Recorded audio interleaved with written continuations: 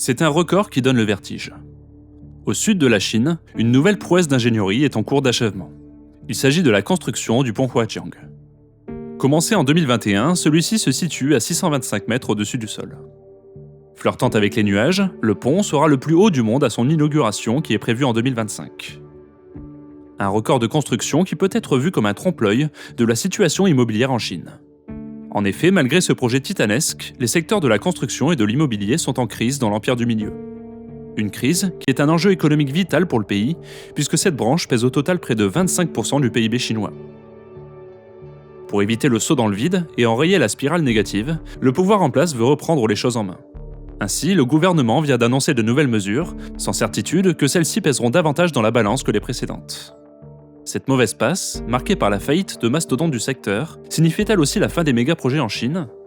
Eh bien, c'est ce que nous allons voir aujourd'hui dans ce nouvel épisode de Looking For. Pour débuter ce voyage, direction le sud de la Chine, à près de 1800 km de Pékin dans la province montagneuse du Guizhou. C'est dans ces contrées vallonnées que le pont Huaqiang est en construction. Long dans sa totalité de près de 3 km, le pont suspendu permettra aux usagers d'enjamber la rivière Beipan. Les deux tours principales, aussi appelées piles, sont hautes de plus de 200 mètres.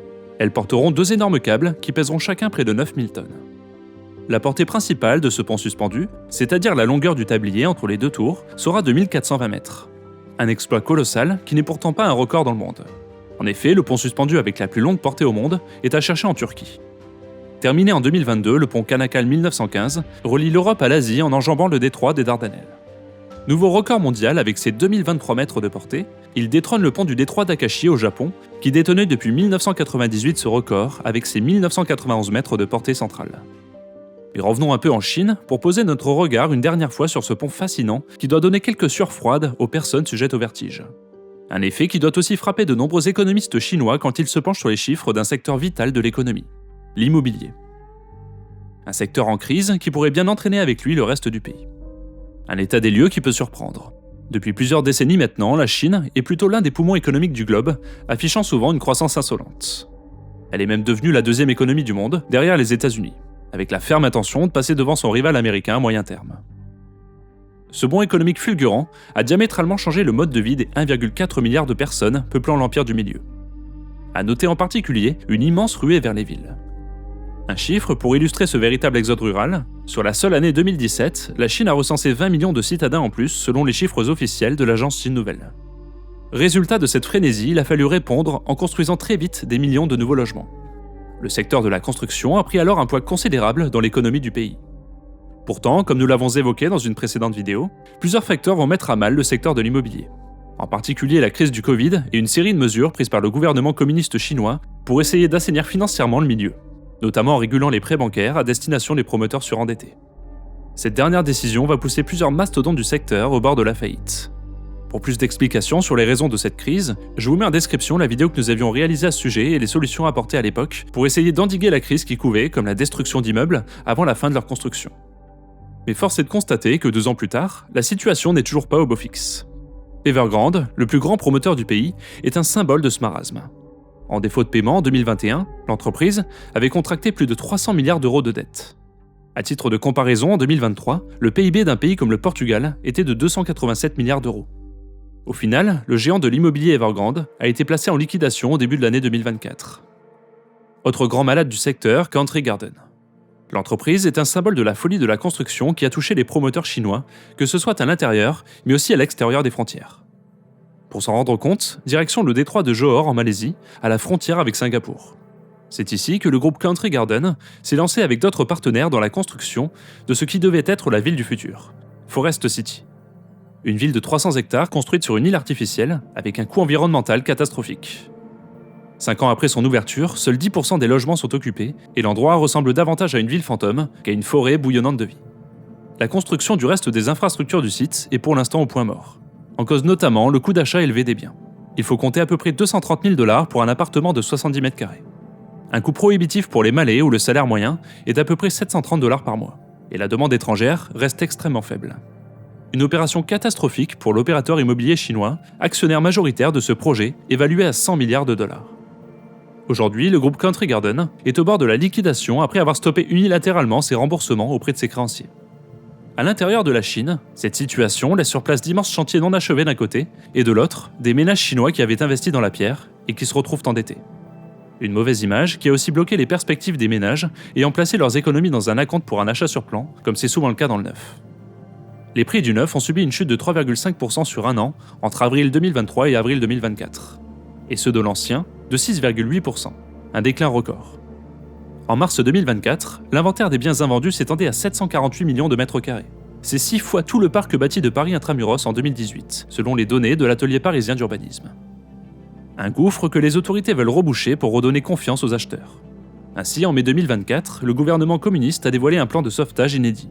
Celui-ci prévoit le rachat d'une partie des appartements vides ou des chantiers à l'arrêt pour les transformer en logements sociaux. Une initiative financée à hauteur de 300 milliards de yuan, soit près de 41 milliards de dollars, selon les chiffres dévoilés par la Banque centrale chinoise et rapportés par le journal Le Monde. L'objectif à terme est de pouvoir livrer des appartements à tarif modéré. Autre mesure, l'apport minimum exigé auprès des particuliers pour l'achat d'un premier appartement a diminué de 20% à 15%. Enfin, le taux d'intérêt plancher imposé jusqu'alors sur les crédits immobiliers a été abandonné. Des mesures qui complètent celles prises à intervalles réguliers par le pouvoir, soucieux de voir ce marché qui représente 25% du PIB en si mauvaise forme. En comparaison, il représente à peu près 11% en France et 18% aux États-Unis. Surtout, ce sujet de la construction inquiète, car la Chine a entrepris ces dernières années de nombreux méga-projets qui sont toujours en cours de construction. Le plus célèbre d'entre eux est peut-être Xiong'an, une immense mégapole voulue par le leader tout-puissant du pays, Xi Jinping. Avec une superficie de 2000 m², soit 20 fois celle de Paris, Xiong'an doit notamment permettre de désengorger Pékin et ses quelques 21 millions d'habitants. Cette ville nouvelle doit accueillir 6 millions d'habitants à l'horizon 2035. Mais ce déploiement urbain ne se fera pas de façon anarchique. La Chine a même édicté des règles très strictes. Par exemple, les gratte-ciel seront interdits à Xiong'an. Une règle d'urbanisme à l'opposé de ce que l'on trouve maintenant dans la plupart des grandes villes chinoises. Une décision qui fait écho à la nouvelle politique de la Chine en matière de grande hauteur. En effet, la construction de tours de plus de 500 mètres est interdite sur tout le territoire depuis 2021. Des restrictions qui n'empêchent pas les records. Ainsi est déjà sorti de terre un mastodonte ferroviaire, la gare de Xiong'an. Elle s'étend sur 130 000 m², ce qui en fait la plus grande gare d'Asie. Annoncée en grande pompe en 2017 par le président chinois, la ville doit aussi accueillir à terme des institutions publiques, des entreprises d'État ou encore des universités. L'ambition est aussi de faire de Xiong'an une vitrine des nouvelles technologies avec l'utilisation de voitures autonomes, mais aussi qu'elle devienne une ville vertueuse au niveau écologique. Sur ce point, les doutes sont nombreux, car c'est dans la province du Hebei, où se situe l'emplacement de la future ville, que la plupart des industries les plus polluantes de Pékin ont été délocalisées. Pour l'heure, la ville est en construction dans un endroit décrit comme aride et soumis à une forte pollution. Autre limite du projet, le volet technologique. Des observateurs internationaux pensent que ces nouvelles technologies auront pour but de surveiller encore plus étroitement la population sur place. Un système de surveillance généralisé qui tend à se développer partout dans le pays.